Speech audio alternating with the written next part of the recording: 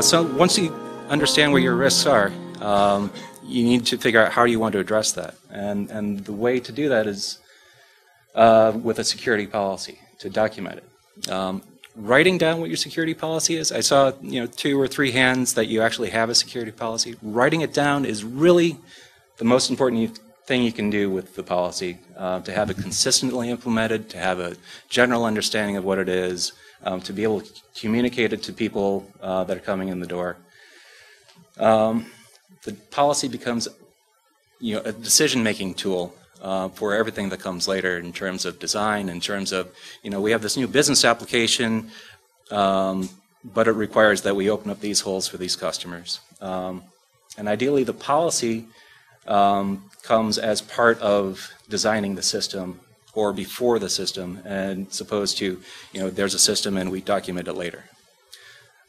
So policy isn't just the technical details, it's also the administrative and the procedural information too. Who's going to respond to a security event. I've worked in a 24/7 environment where the person who was responsible for security events had to leave at 5 o'clock to go pick up his kids, and wasn't planning on doing anything about it until the next day. That wasn't acceptable from a business perspective at the time.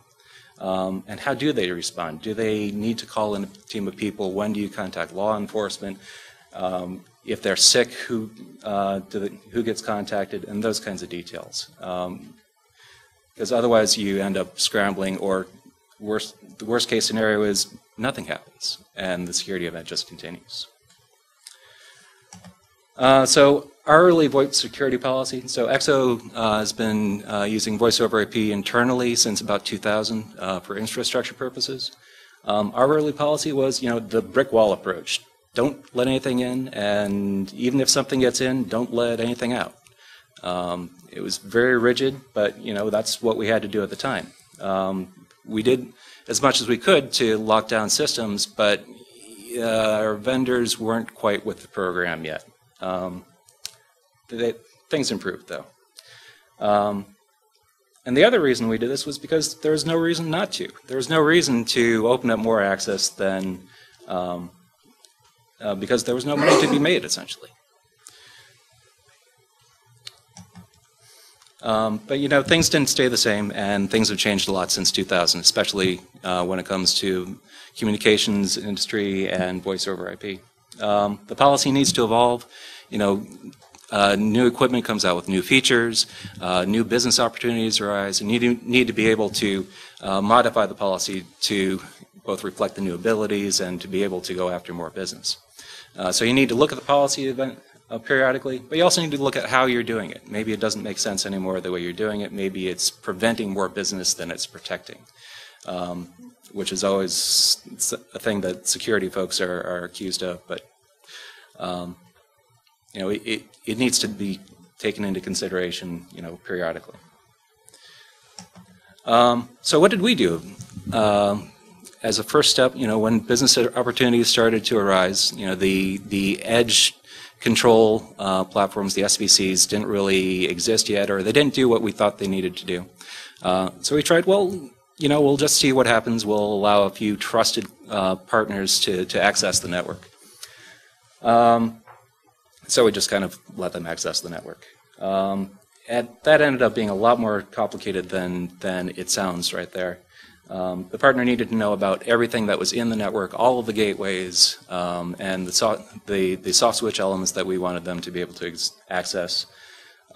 We had to apply the policy, and it required a lot of gymnastics to apply the policy that way, to let them see the entire voice network and just the voice network. We were lucky we didn't have any issues in terms of the amount of resources being used, because we didn't have any central place to monitor them, because they could just access the entire network.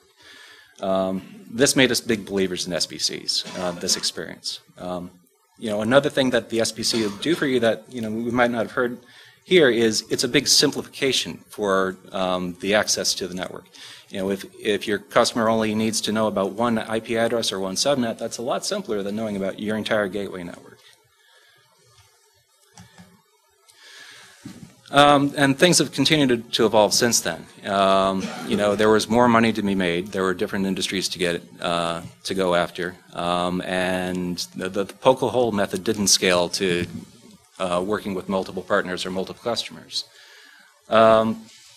The SBC space seemed to evolve, and it started to meet more of our requirements, but it didn't do everything we needed it to do. So we did want to take on the additional risk because there was more money to be made, but we didn't want to put the core of our network and the core of our...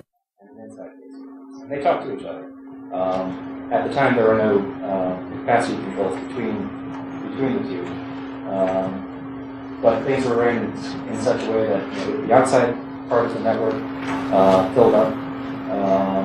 You know, it only affected the outside customers. It didn't affect the core part of the business, where people didn't even realize we were using voice over IP.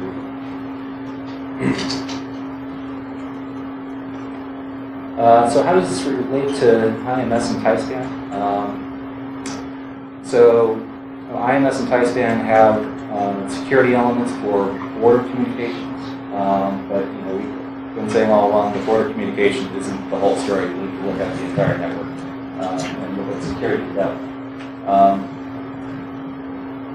But if you're looking at implementing IMS or TISPAN, that means you're doing something new. It's a great time to think about the policy, write it down, and figure out what your requirements are before you go and build it.